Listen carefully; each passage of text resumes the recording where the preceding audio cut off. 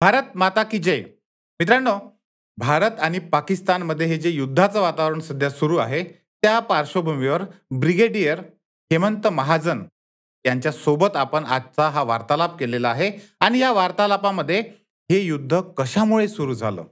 आत्ताच नाही, तर जवळ भारत स्वतंत्र झाला तेव्हापासून आपण हे युद्ध झेलतो आहे आणि पाकिस्तानला संपूर्ण संपवण्याचं टार्गेट आत्ता आपण अचीव्ह करू शकतो का? करायला पाहिजे का?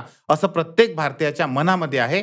आणि या भारत-पाकिस्तान युद्धाबद्दल पुढे जाऊन काय होणार आहे? अण्वस्त्र युद्ध होऊ शकतं का? तिसऱ्या महायुद्धामध्ये याचं परिवर्तन होऊ शकतं का? अमेरिकेची भूमिका काय राहील? चीनची भूमिका काय राहील? आणि आपण सगळ्यांनी यावेळेस काय करायला पाहिजे? सरांनी आपल्याला अत्यंत सुंदर पद्धतीने मार्गदर्शन केलेलं आहे, चर्चा केलेली आहे. संपूर्ण पॉडकास्ट नक्की बघा आणि आपल्या सर्व भारतीयांपर्यंत हा पॉडकास्ट पोहोचवा. सगळ्यात जास्त लोकांपर्यंत तो शेअर करा आणि त्यासाठी चॅनलला सबस्क्राईब केलं नसेल तर लगेच चॅनलला सबस्क्राईब करा.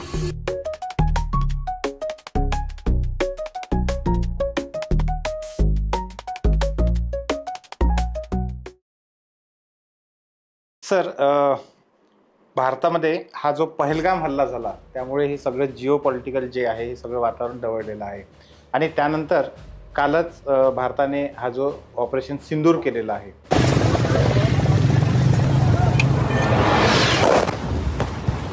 तुम्हाला काय वाटतं आता पुढे काय होईल? म्हणजे हे युद्धामध्ये परिवर्तित होईल सरळ? हा जो ऑपरेशन म्हणजे जो दहशतवादी हल्ला आणि त्यानंतर भारताने केलेलं ऑपरेशन सिंदूर युद्धामध्ये परिवर्तित होईल का? त्याचं थोडक्यात उत्तर आहे 22 एप्रिलला ज्यावेळेला दहशतवादी हल्ला झाला होता त्याच वेळेला युद्ध सुरू झालं होतं. युद्धाचा अर्थ असा आहे की युद्धाला आम्ही ज्याला इंग्लिशमध्ये म्हणतो मल्टी डोमेन वॉर, म्हणजे वेगवेगळ्या पद्धतीने युद्ध करायचं. पाकिस्तानचा हल्ला झाल्यानंतर आपण सर्वात पहिले जे सिंधू नदीचं पाणी होतं ते बंद केलं, ज्याला वॉटर वॉर म्हणता येईल. India has closed the gates at two major dams on the Chenab River, Baglear and Salal, massively reducing the flow of water into Pakistan. आणि आपण बघितलं असेल तर पहिल्या वेळा इतिहासामध्ये चिनाब नदी कोरडी पडली होती आणि त्याच्यातनं एक थेंब सुद्धा पाणी जात नव्हता.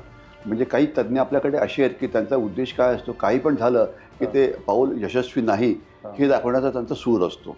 त्यांचं म्हणणं आहे की आपण सिंधू नदीचं पाणी थांबवू कसं शकतो पावसाळ्यामध्ये?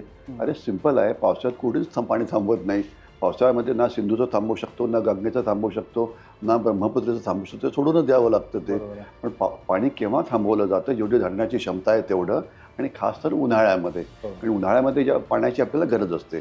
तर आता आपण जे पाणी थांबवलेलं आहे, आता उन्हाळा एप्रिलमध्ये सुरू झालेला आहे. तर त्याच्यामुळे आता पाकिस्तानच्या जे पाण्याची जी वेळ आहे, त्याचं जो क्रॉपिंग सीजन आहे त्याच्यामध्ये मोठा फरक पडतो आहे. थर हो जाएगा, ये सारा मुल्क थर हो जाएगा. अभी पानी का मसला है, सारा पानी का ही. त्याच्यामुळे त्यांना 2-3 प्रकारचे प्रकार होत आहेत. एक तर क्रॉप्स थोडेसे कमी येतील. दुसरं सायकोलॉजिकल वॉरफेअर, की याच्या पुढे काय होणार आहे ही अनसर्टिनिटी आहे. तिसरं आपण त्यांना डेटा पुरवायचं की सध्या पाण्याचा फ्लो किती आहे, तर त्याच्यामुळे किती पाणी थांबवायचं, किती हे व्हायचं, हा प्रकार होत होता. आणि आपण काय केलं आहे की हळूहळू आपली पाणी थांबवायची क्षमता ही वाढवलेली आहे. तर त्याच्यामुळे आता आपण पूर्ण पाणी तर थांबवू शकत नाही, पण पुष्कळ प्रमाणात पाणी थांबवू शकतो. तर ज्याच्यामुळे पाकिस्तानची जी अन्न सुरक्षा किंवा ज्याला म्हणायचं फूड सिक्युरिटी ही धोक्यात आली आहे. आपण जर दुसरं बघितलं तर आता आपण आपलं सैन्य तैनात केलं, तर त्याच्यामुळे पाकिस्तानला सुद्धा सैन्य तैनात करावं लागलं. तर ज्यावेळेला सैन्याची तैनाती होते तर त्याच्यामुळे तुमचा खर्च पुष्कळ वाढतो. आपल्याला मी 2-3 फक्त एक्झाम्पल देण्याचा प्रयत्न करतो की आता पाकिस्तानला वाटत होतं की आपला हवाई हल्ला कधी पण होईल, म्हणून त्यांनी त्यांचं जे हवाई दल होतं हे हाय अलर्टवरती ठेवलं. आता हाय अलर्टचा अर्थ काय होतो, तर हाय अलर्ट एअरफोर्सचे 3 प्रकारचे असतात.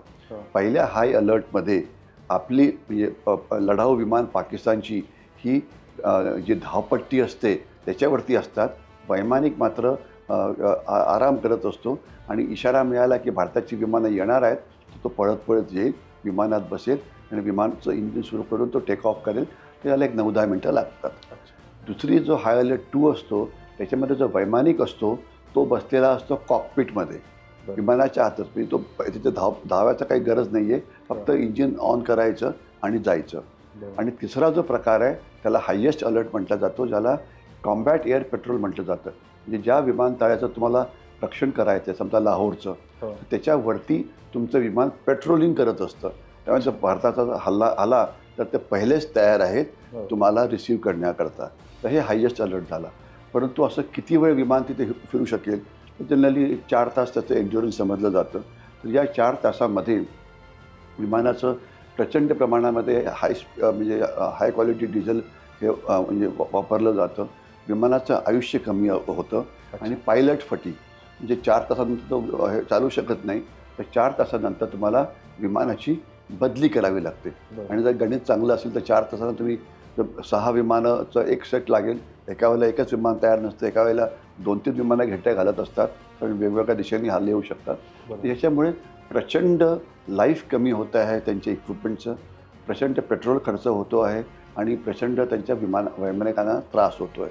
तर हे एक एक्झाम्पल झालं. दुसरं काय झालं की त्यांना दिसलं की त्यांची जी लढाऊ विमानं आहे ती 50% सुद्धा सक्षम नाही आहेत. म्हणजे विमानांची एफिशियन्सी कशी समजली जाते की जर आज हल्ला झाला तर तुमची किती विमानं ही ऑन रोड राहू शकतील, किती विमानं आकाशात उडी मारू शकतील, आकाशात लढण्याकरता येऊ शकतील. तर पाकिस्तानची 50% सुद्धा विमानं ही लढण्याकरता आकाशात येऊ शकत नाही. त्या विमानं ऑफ रोड आहेत. ठीक आहे, वेगवेगळ्या कारणामुळे. भारताची मात्र परिस्थिती जास्त चांगली आहे. राफेल विमानं 100% ऑन रोड आहेत. सुखोई आहेत ही 75% आहे. जगवार आणि मिराज आहेत ती 50% आहे. पण म्हणजे आपली विमानांची संख्या, लढाऊ विमानांची संख्या हवेत उडणाऱ्यांची पुष्कळ जास्त आहे. आता पाकिस्तान काय करतं आहे, ऑलमोस्ट दुप्पट किंवा तिप्पट पाकिस्तानपेक्षा जास्त.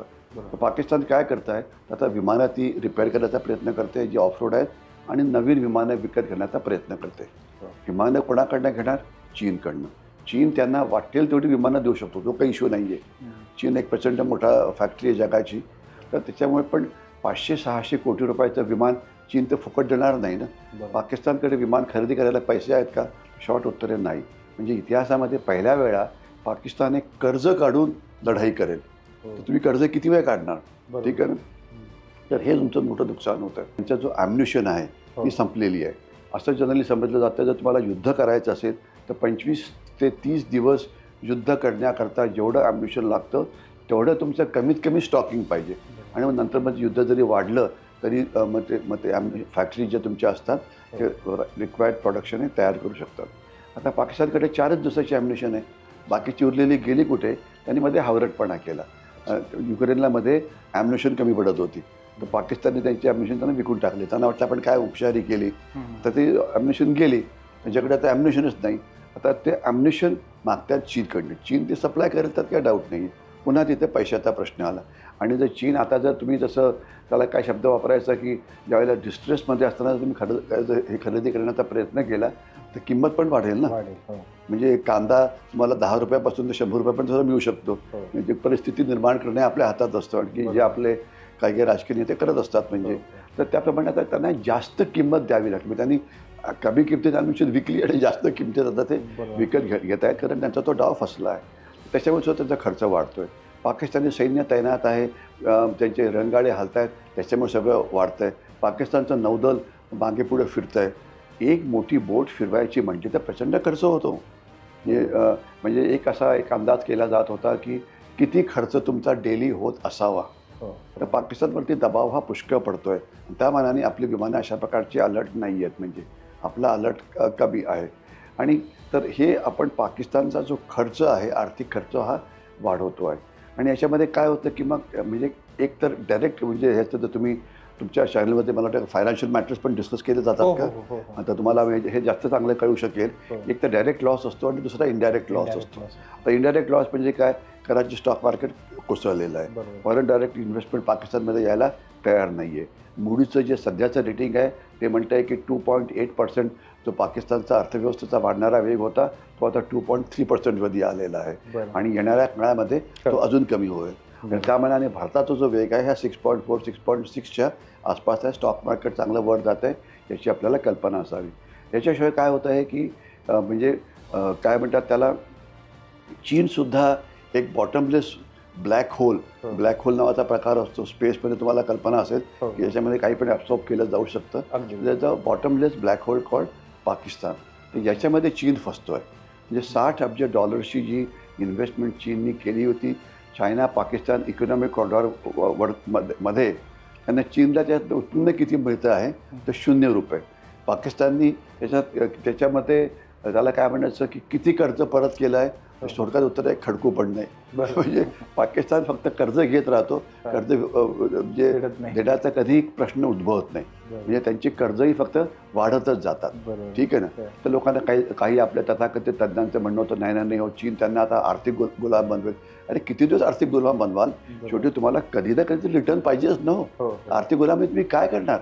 तुम्हाला अजून एक उदाहरण देतो की चीनने तिथे जिथे जो सिपे कॉरिडॉर सुरू होतोय तिथे ग्वाडार नावाचं मंदिर आहे. मग आपल्या तज्ज्ञांनी सुरुवात केली की अरे बापरे, ते ग्वाडार बंदर चीनने टेक ओव्हर केलं, तर तिथे आता चीनचं मोठं लक्ष आहे. कुठे कशावरती लक्ष देत आहे ते मला कळालं नाही आहे. कोणी जर समजलं तर मला सांगावं. चीनची अपेक्षा तरी चीनने तिथे भरपूर पैसे खर्च केले, एक अतिशय मॉडर्न असं पोर्ट डेव्हलप केलं. आता तिथे चीनची अपेक्षा होती की 4,000 ते 5,000 जहाजं प्रत्येक वर्षी ग्वाडारला भेट देतील आणि तिथनं व्यापार होईल. आता रिझल्ट काय आहे? 4 जहाजं पण यायला तयार नाही आहेत. म्हणजे काहीच त्याला काही अर्थच नाही आहे. चायना पाकिस्तान इकॉनॉमिक कॉरिडॉरवरती किती हालचाल होते वाहनांची, काही होत नाही. कारण हालचाल झाली की बलुची जे आहेत ते फायर करायला सुरुवात करतात. तर म्हणजे ना तिथे तर इमॅजिन करा की समजा मुंबई पुणे एक्सप्रेस हायवेवरती तर विमानाची वाहतूक जर पूर्ण थांबली तर किती नुकसान होईल तुम्ही एक कॅल्क्युलेशन करू शकता. हा हायवे केव्हा इकॉनॉमिकली कॉस्ट इफेक्टिव्ह पडतो? ज्यावेळेला वाहनं हलतात आणि त्याला काहीतरी तुम्हाला रिटर्न मिळतं. इथे रिटर्न काहीच नाही आहे. तर अशा प्रकारे हे बॉटमलेस होल हे तयार झालेलं आहे आणि इकॉनॉमिक जे प्रॉब्लेम्स यांचे हे भयंकर वाढलेले आहेत. आणि एवढंच नव्हे, त्याच्याबरोबर थोडासा सायकोलॉजिकल अँगल येतो की एकतर म्हणजे पाकिस्तानचे त्या दहशतवादी सध्या खूप घाबरलेले आहेत. म्हणजे काय की एकतर लष्कर-ए-तोयबा, जैश-ए-मोहम्मद आणि हिजबुल मुजाहिद जे 3 मोठे दहशतवादी गट होते त्यांचे तळ पूर्णपणे उद्ध्वस्त करण्यात आले. हाफिज सईदची अर्धी फॅमिली याच्यात वाईपआउट झालेली आहे. आणि जे लोक तिथे होते सगळे गेले. ते जे नव्हते तिथे ते कुठं अजून बाहेर टेम्पररी ड्युटीवरती गेले असतील तर तेवढे फक्त ते वाचले. तर आता ते पूर्णपणे डिस्ट्रॉय झाले. जे म्हणजे त्याच्यामध्ये आता पुढच्या काही काळामध्ये काही दहशतवादी हल्ला होईल का त्याची शक्यता ही जवळजवळ कमी झाली आहे. 40-50 पाकिस्तानी दहशतवादी काश्मीरमध्ये आहेत. त्यांचं तर मोराल डाऊन आहे. इथे घरच त्यांचं उद्ध्वस्त झालं जातील कुठे ते. तर त्याच्यामुळे दहशतवाद्यांचं फिजिकल नुकसान तर झालंच आहे, परंतु सायकोलॉजिकल आघात जो आहे हा खूप मोठा मानसिक आघात जो आहे तो खूप मोठा झालेला आहे. आणि याच्यामध्ये पाकिस्तानी सैन्यावरती सुद्धा आघात होतोय. Actually one of the reasons की पाकिस्तानच्या दहशतवाद्यांनी हल्ला का केला यावेळेला, म्हणजे त्याची 2 किंवा 3 मोठी कारणे, जास्त मी डिटेलमध्ये जात नाही कारण खूप दिवस झालेले आहेत. हा विषय 100 वेळा बोलण्यात आलेला आहे की त्यांचं पाकिस्तानी सैन्याचं पाकिस्तानमध्ये खूप नुकसान होत होतं बलुची रिबेल्सच्या हल्ल्यामुळे आणि त्यांचं मोराल डाऊन झालं होतं. म्हणजे नुकसान एवढं की 1,500 ते 2,000 पाकिस्तानी सैनिक हे प्रत्येक वर्षी हे मारले जात होते. आणि इकॉनॉमिक लॉसेस वगैरे सोडून द्या. म्हणजे ट्रेडिशनली पाकिस्तानचं जे सैन्य असतं 85% सैन्य हे भारत पाकिस्तान सीमेचं रक्षण करत असतं. एक 15% सैन्य हे अफगाणिस्तान पाकिस्तान सीमेचं रक्षण करतं. आणि म्हणजे हे सैन्याची एक पारंपरिक भूमिका आहे. आता सध्या 30% सुद्धा सैन्य पाकिस्तानचं भारत पाकिस्तान सीमेवरती नाही आहे. आणि बाकीचं सैन्य काय 50% सैन्य पाकिस्तानचं आता सध्या पाकिस्तानमध्ये दहशतवादी विरोधी अभियानात गुंतलेलं आहे. आकडेवारी तुम्हाला जर तुम्ही SATP नावाचा एक SATP south Asia terrorism portal नावाचा एक वेबसाईट आहे. एक्झॅक्ट तुम्हाला जर आकडेवारी पाहिजे असेल तर तुम्ही ते आकडेवारी ते घालू पण शकता. तुम्हाला एक्झॅक्ट आकडेवारी मिळेल की कुठल्या पाकिस्तानच्या राज्यामध्ये किती लोक मारले जातात, किती सिव्हिलियन्स, किती दहशतवादी, किती पाकिस्तानचे सैनिक, ओव्हरऑल किती आणि हल्ले किती झालेले आहेत. तुम्हाला अगदी प्रॉपर आकडेवारी महिनावाईज मिळेल तुम्हाला ती. तर तुम्ही ती वापरू पण शकता. पण थोडक्यात त्याची समरी अशी आहे की आता पाकिस्तानचं सैन्य युद्ध होईल म्हणून आता बलुचिस्तानमधून निघून भारताच्या सीमेकडे येत आहे. मग अर्थ काय होतो आहे की तिथली ट्रूप डेन्सिटी कमी झाली आहे. ट्रूप मांजर गेलं की उड्या मारायला लागतात.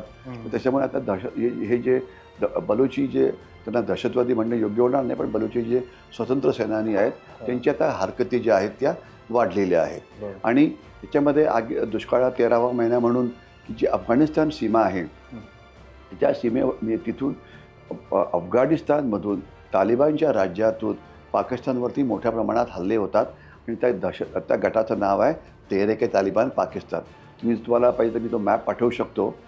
एक पाकिस्तानचा एक जो नॉर्थ वेस्ट फ्रंटियरचा प्रॉव्हिन्स जो भाग आहे किंवा ज्याला खैबर पख्तूनवा असं सुद्धा म्हटलं जातं, तर तो भाग त्यांची इच्छा आहे की अफगाणिस्तानमध्ये सामील व्हावा. कारण पाकिस्तानच्या खैबर पख्तूनवामध्ये राहतात कोण? पठाण. इम्रान खान हा पठाण होता, हे लक्षात असायला पाहिजे, आणि तो तिथला मुख्यमंत्री पण होता. आणि त्यांना वाटतं की दोन्ही बाजूचे पठाण हे एकत्र व्हायला पाहिजे, हे त्यांचं थोडक्यात आहे. म्हणून हे जे तेहरीक-ए-तालिबान पाकिस्तान हे त्याच्यावरती हल्ले करत आहे, पाकिस्तानी सैन्यावरती. तिथून सुद्धा पाकिस्तानचं मोठ्या प्रमाणात नुकसान होतं आहे. आणि म्हणजे आता काय झालेलं आहे की तेहरीक-ए-तालिबान पण हल्ला करत आहे, हे पण म्हणजे इकडनं पण हल्ला होत आहेत. म्हणजे एक जुन्या काळी काही तथाकथित तज्ज्ञ पुन्हा एकदा सांगायचा प्रयत्न करायचे की भारताला त्याला वाटतं आपण काय मोठा शोध लावला. म्हणजे त्यांचा शोध काय होता की जर युद्ध म्हणजे त्यांचं म्हणणं होतं की जर पाकिस्तानशी आपलं युद्ध झालं तर आपल्याला चीन सीमेवरती सुद्धा युद्ध करावं लागेल, कारण चीन तिथे पण युद्ध सुरू करेल. ठीक आहे ना, म्हणून तुम्हाला तिथे पण तयार राहावं लागेल. आणि मग एक तिसरी फ्रंट किंवा त्याला ते 2.5 फ्रंट म्हणायचे की भारताच्या आतले नक्षलवादी हल्ला करायला लागतील, दहशतवादी बॉम्बस्फोट करायला लागतील. म्हणजे भारताच्या आतली अंतर्गत सुरक्षा ही अतिशय भयंकर होईल आणि तुमच्या सैन्याला हरकतच करता येणार नाही. हे 2.5 फ्रंट वॉर म्हणा की 3 फ्रंट वॉर भारताला लढावं लागेल अशी काही तज्ज्ञांची कल्पना होती. आता आपण केलं काय, आपण डाव उलटवला आहे. आता आपण पाकिस्तानला 3 फ्रंट वॉर लढायला लावतोय. भारतीय सीमेवरती तर लढतातच आहेत, अफगाणिस्तान सीमेवरती पण लढतायत आणि आतल्या युद्धात सुद्धा ते लढतायत. तर डाव अतिशय उलटलेला आहे. आणि हे आपलं मोठं राजनैतिक यश म्हणू शकतो आपण. हो, हे यशच आहे नक्की. म्हणजे याच्यामध्ये म्हणजे इफेक्ट किती आहे, किती लोक न्यूट्रल होतात ही असेसमेंट वेगळा भाग आहे. परंतु त्यांना तिन्हीकडे लक्ष ठेवावं लागेलच. आणि हा एक भाग झाला. आणि नंतर आपल्याकडे काही म्हणजे मी पुन्हा पुन्हा तथाकथित तज्ज्ञ शब्द वापरतो, कारण त्यांनी काय म्हटलं होतं आणि मी काय म्हटलं होतं. जर तुम्हाला पाहिजे असेल तर मी या विषयावरती अनेक TV चॅनल्सवरती बोललेलो आहोत. तुम्हाला हे माझं बोलणं माझ्या यूट्यूबवरती दिसेल किंवा जे रेकग्नाइज्ड मोठे TV चॅनल्स आहेत, समजा साम आहे, आपलं IBN न्यूज 18 लोकमत, ते सगळीकडे तुम्हाला माझं ते मत दिसेल. तर त्यावेळेला म्हणजे एक असं 2 प्रकारच्या गोष्टी समोर मांडल्या जायच्या. एक होतं की त्यांचं म्हणणं होतं की जर पाकिस्तानने जर दहशतवादी हल्ला केला तर आपण त्याचा प्रतिहल्ला करायचा, तर तो आपण म्हणजे पारंपरिक हल्ल्याने करू शकत नाही, कारण पाकिस्तानला राग येईल. त्यांच्याकडे न्यूक्लिअर बॉम्ब्स आहेत आणि ते जर वापरले तर न्यूक्लिअर युद्धामध्ये केवढं नुकसान होऊ शकतं ही एक वेगळी स्टोरी सांगता येईल ती. म्हणून त्यांचं म्हणण्याचं हे म्हणजे आपले तज्ज्ञ आपल्या TV चॅनलवरती आपल्या लोकांना घाबरवायचा प्रयत्न करायचे की अरे बापरे नका जाऊ. म्हणजे आपल्या बॉम्बला घाबरून पाकिस्तानचे दहशतवादी हल्ले थांबले नाहीत. आपल्याकडे पण बॉम्ब आहेत ना, पण तरी पण ते करत होते. परंतु पाकिस्तानच्या बॉम्बला घालून आपण जे आपलं प्रत्युत्तर होतो ते थांबवत होते. आणि त्याला एक मोठं गोंडस नाव दिलं जातं, स्ट्रॅटेजिक रिस्ट्रेन. घाबरटपणा, नेतृत्व घाबरट, हिंमत नाही काही. कारण कुठल्याही म्हणजे जेवढं मोठं नेतृत्व तेवढं तुम्हाला जास्त मोठं म्हणजे हे म्हणजे निर्णय घ्यावे लागतात. आणि कुठलाही निर्णय कधी एकदमच राईट आणि एकदम चूक असं होऊ शकत नाही. निर्णय घेतला त्याचं चूक सुद्धा होऊ शकतो. ठीक आहे. तर त्यात भयंकर धोका असतो. जर तुम्ही कॉर्पोरेट वर्ल्डमध्ये राहिला असाल तर रिस्क टेकिंग एबिलिटी ही एका लिटरची महत्त्वाची असते. आणि आपल्या नेतृत्वाने दाखवून दिलं की त्यांची जी रिस्क टेकिंग एबिलिटी आहे ही चांगली आहे. तर आता मी कौतुक काय करतोय की आतापर्यंत आपण घाबरलेलो होतो, आता आपण घाबरलो नाही. हल्ला केला, पाकिस्तानी न्यूक्लिअर बॉम्ब वापरले का? नाही. पण जर वापरले असते तर मग आपण गडबड झाली असते, पण नाही वापरले. तर म्हणजे आपण त्यांचा हा जो न्यूक्लिअर बॉम्बचा जो थ्रेट आहे आपण त्यांचा दूर पाडला. हे चुकीचं होतं हे सिद्ध केलं. मग आपल्याकडे अनेक तज्ज्ञ की ज्यांना ते सगळ्याला त्यांना जिओ पॉलिटिक्स म्हणजे मोठे मोठे शब्द वापरतात की जिओ पॉलिटिक्स आणि हे जिओ काय ते मल्टीपॉलर स्पेशालिटी वगैरे असा फालतूसारखे ते शब्द वापरतात.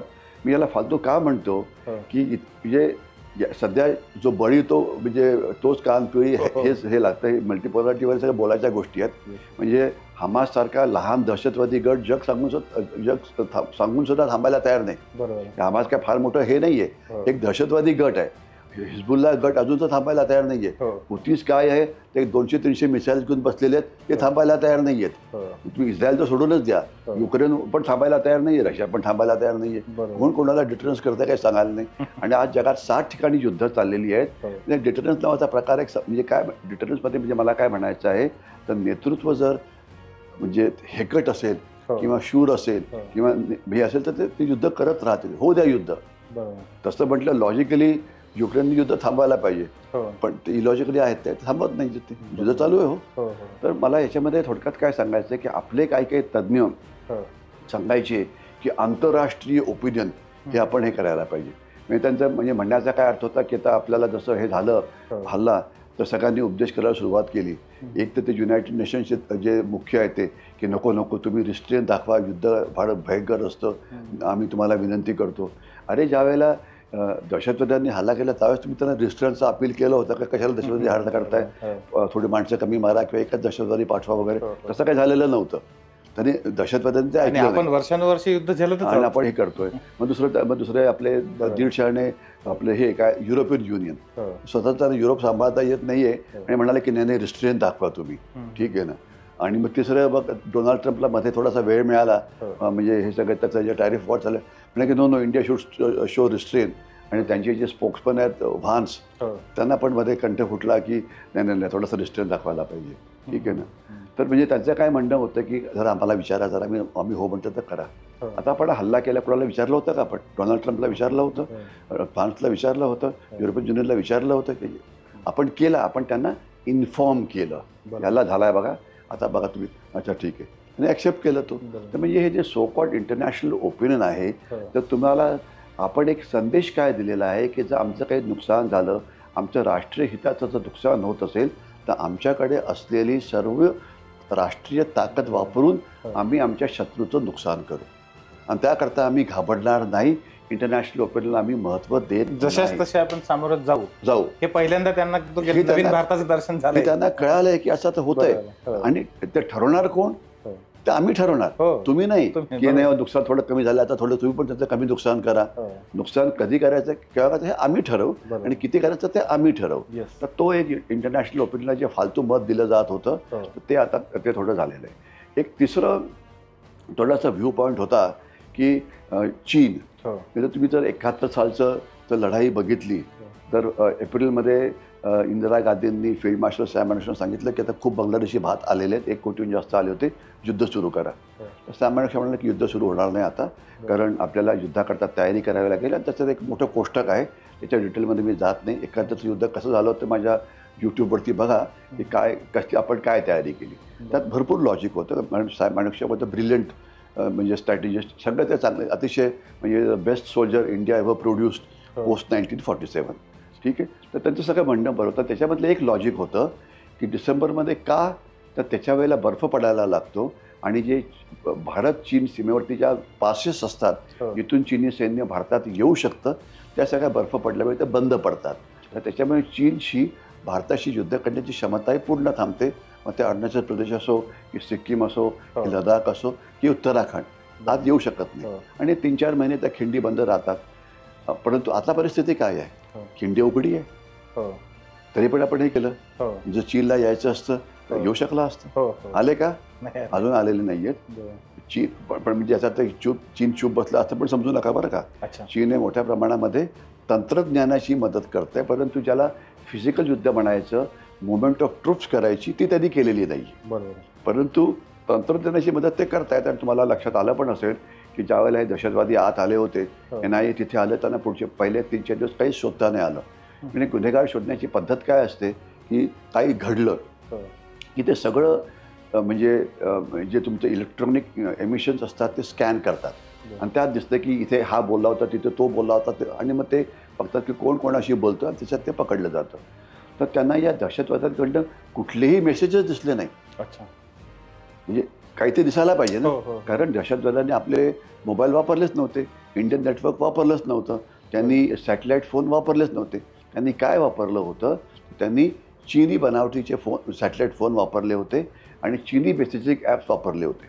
म्हणजे आता समजा तुम्ही माझ्या मोबाईलनी बोललो, मी मेसेज तुम्हाला पास केला तर मोबाईल माझा ऑन आहे, बट मी असं करू शकतो की मेसेज तुम्हाला पाठवला खटाक करून तो बंद केला तर मी याच्या पुढचं माझ्या मोबाईलवरती काय होतं तुम्हाला कळणार नाही. तर मेसेजिंग ॲपमध्ये मेसेज गेला की तो एकदम ते ॲप बंद पडतं. तर त्याच्यामुळे त्याच्या पुढे काही ट्रान्समिशन होत नाही. तर त्याच्यामुळे त्याला डिटेक्ट करायला तुम्हाला फक्त 2 सेकंड आहेत. तेवढ्यात जर तुम्ही त्याला डिटेक्ट केलं तरच ते होऊ शकतं. आणि एन्क्रिप्टेड मेसेज तर काही डिटेक्ट करता येत नाही. हे चीनी ॲप्स, चीनी हे सगळं वापरलं गेलं आणि मग त्याला ब्रेक करावं लागलं, हे करावं लागलं, तर ते हळूहळू ते सगळं झालं. तर आता ते सायबर अटॅक करण्याकरता मदत करतायत. आणि आता जी बातमी पुढे येते आहे ती खरी असावी. म्हणजे 1-2 जण असेच पण करत होते, 1-2 TV चॅनल्स, की लाहोरची आपण जी एअर डिफेन्स सिस्टीम उद्ध्वस्त केली आहे तर ती चीनी बनावटीची होती. म्हणजे air defence system was based on the Chinese technology आणि त्याला आपण डिस्ट्रॉय केलेलं आहे. तर म्हणजे चीनी टेक्नॉलॉजी जी आहे, चीनी विमानं, चीनी टेक्नॉलॉजी ही युद्धात प्रूव्हन नाही आहे. अच्छा. त्या मानाने इस्रायली असो, अमेरिकन असो, ही युद्धात वापरली गेलेली आहे. तर त्याच्यामुळे काय असतं की सिस्टीम पीस टाईमला काम करेल, पण युद्धाच्या वेळेला ती काम करेल का? बरोबर. मी जसं तुम्हाला क्रिकेटचं कोचिंग दिलं, पण नंतर जेव्हा तुम्ही क्रिकेट खेळायचा प्रयत्न करताय ॲट हायेस्ट लेवल, तर त्यावेळेला तुम्हाला ते टेक्निक नीट वापरता आलं पाहिजे ना.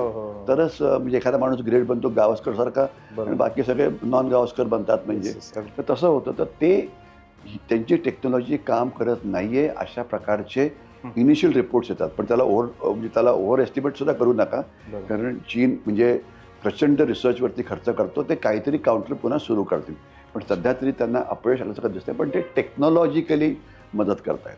तर चीनची मदत ही फिजिकल युद्धाची नव्हती, ही टेक्नॉलॉजीच्या मदतीने केलेली मदत होती. हा एक दुसरा मुद्दा समोर आलेला आहे. आणि याच्याशिवाय एक अजून असा मुद्दा की आतापर्यंत म्हणजे आपले काय म्हणतात त्याला, म्हणजे आपले काही नेते, काही मीडिया, काही पण झालं की त्यांचा स्वभाव होता शंकासूर असा, काय शंका काढायची. म्हणजे उरीनंतर तुम्ही स्ट्राईक केला, झाला की नाही, पुरावे द्या. तर लढाईत काही कोणी कॅमेरा घेऊन हातात जात नाही. तुम्ही तेवढे कॅमेरे लावले माझ्या भोवती, माझी सगळी हालचाल तुम्हाला दिसते, पण लढाईत तसं होत नाही ना. म्हणजे काय काय ठिकाणी कॅमेऱ्याचं हे होतं, पण ते त्यात पुष्कळ लिमिटेशन्स असतात. कॅमेरा ड्रोनच्या पद्धतीने करता येतो, पण खूप लिमिटेशन्स असतात. तर मग बालाकोटला स्ट्राईक झाला, सिद्ध करा की विमानं आत गेली होती, हे झाले वगैरे ते. तर तसं त्यांना खूप शंका येत होत्या. पण ज्यावेळेला काय पाकिस्तानने आपल्याला मदत केली की सगळे पुरावे पाकिस्तानने दिले, त्यांनी आढावा करायला सुरुवात केली. त्यांच्या म्हणजे सोशल मीडियावरती ते सगळं डिस्ट्रक्शन होतं ते दाखवलं गेलं आणि म्हणजे हे सगळं दिसलं. त्याशिवाय पुरावे डायरेक्टली पाकिस्तानने आपल्या शंकासुरांना पुरवले, तर त्यावेळी कुणाला त्याच्याविषयी जास्त शंका घ्यायला वाव नव्हता आणि ते चूप बसले, हे झालं. आणि फक्त मध्ये थोडासा विनोद करण्याचा प्रयत्न पाकिस्तानने केला. म्हणजे नाही आमचे दहशतवादीने आमचे त्याला काय म्हणायचं, आमचे नागरिक म्हणजे काय, आमचे नागरिक मारले गेले किंवा असं काहीतरी मारले गेले, सिव्हिलियन मारले गेले. तर कोणी सिव्हिलियन मारले गेले तर त्यांना पाकिस्तानच्या फ्लॅगमध्ये लपेटून मारत नाही ना. म्हणजे त्यांना म्हणजे हे दिले जात नाही. पाकिस्तानचा झेंडा कोणाकरता वापरतात, जो कोणी VIP असेल किंवा कोणी मोठा माणूस असेल किंवा सैनिक असेल, तर त्याच्या कॉफिनच्या भोवती फ्लॅग हा लपेटलेला असतो. कोणाच्या सगळीकडे लपेटला जात नाही. एवढे सगळे कॉफिन जात आहेत, फ्लॅग लपेटले, तर कोणीतरी महत्त्वाची माणसं मारली गेली, त्याच्यात काही डाऊट नाही आहे. तर म्हणजे हे या युद्धामध्ये ज्याला आपण मल्टीडोमेन वॉर म्हणतो, आपण काय केलं, पाणी युद्ध सुरू केलं, आपण त्याच्याविषयी व्यापार युद्ध सुरू केलं. व्यापार युद्धाविषयी मला 1 मिनिट बोलणं भाग आहे, लक्षात मी मध्ये विसरलो होतो. 5-6 हजार कोटीचा व्यापार आपण थांबवला, जो वाघा बॉर्डरवरनं व्हायचा. ठीक आहे ना. मी हे अनेक वेळा म्हटलं आहे आणि माझं कोणी ऐकावं अशी काही माझी अपेक्षा नाही आहे की पाकिस्तानशी आपण कुठल्याही पद्धतीने व्यापार करू नये, कुठल्याही पद्धतीने. पण आपल्याकडे काही म्हणजे अमन की आशा ब्रिगेडवाले लोक आहेत की नाही पाकिस्तानशी आपण जर व्यापार केला तर आर्थिक संबंध तयार होतील आणि पाकिस्तान चांगलं वागायला लागेल. तुम्हाला मी एक सांगायचा प्रयत्न करतो. ज्यावेळेला मी पुंछ या भागात होतो, माझी ब्रिगेड कमांड करत होतो, तर पुंछ रावलाकोट रोड उघडला गेला होता. ही 2006ची बाब होती. तर त्यावेळेला सुद्धा मी म्हटलं होतं त्या रोड उघडू नका, पण त्या अमन की आशा उघडा. आणि एका दिवशी जरी बघितलं की 150 कोटी रुपयाचा व्यापार झाला.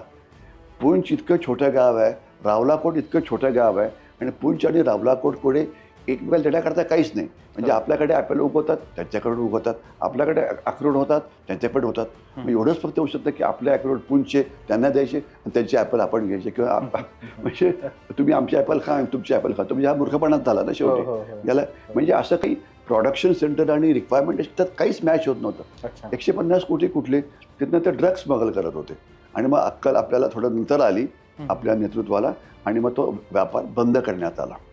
पुंछ रावलाकोट पण बंद झाला. उरी मुझाफराबाद मोठं जर तुम्ही त्यावेळेचे पेपर बघाल की काय माय गॉड, काय टाइम्स ऑफ इंडियाचे हेडलाईन बघा तुम्ही, जरूर बघा. ज्या दिवशी गुगलमध्ये जा, ज्या दिवशी मुझफ्फराबाद उरी रोड उघडला त्यावेळेला टाइम्स ऑफ इंडियाची हेडलाईन काय होती बघा तुम्ही. त्यांना वाटलं की इतिहास क्रिएट झाला. आणि तो आमचा आणि त्यावेळेला आम्ही काय म्हटलं होतं ते बघा की इतिहास वगैरे काय नाही, लबाडा लोक आहेत, उलटा कामच करतील. आणि मग ते थांबलं कारण त्यांना कळालं की तुम्हाला मूर्ख बनवते. तर हाच मूर्खपणा चालला होता आपला सध्या पंजाब बॉर्डरवरती. आणि पाकिस्तानला आपण मोस्ट फेवर्ड नेशनचा दर्जा दिला होता. कारण काही तथाकथित तज्ज्ञ व्यापार झाला तर हे होईल, जर क्रिकेट खेळायला लागलो तर थोडंसं मदत होईल, गाडीवर एकत्र हे गेलं तर म्हणजे पीपल टू पीपल कॉन्टॅक्टच्या नावाखालती. कसले पीपल, सगळे दहशतवादी आहेत, त्याच्यात काय कॉन्टॅक्ट होणार आहे. तर त्यांनी हा व्यापार थांबवला. या व्यापारामध्ये स्मगलिंग प्रचंड होत होतं.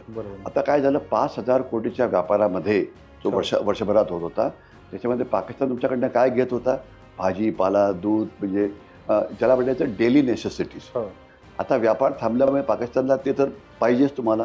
मग ते कुठनं घेत आहेत तुम्ही पाकिस्तानचा नकाशा बघा, जवळपास कुठलाही देश ते देऊ शकतो. अफगाणिस्तान भाजीपाला उगवतं का, त्यांना स्वतःला धंदा खायला नाही आहे. इराण करत नाही आहे, फक्त दुबईमधनं होतो. तर दुबईमध्ये भाजीपाला कुठनं येतो, भारतातनं.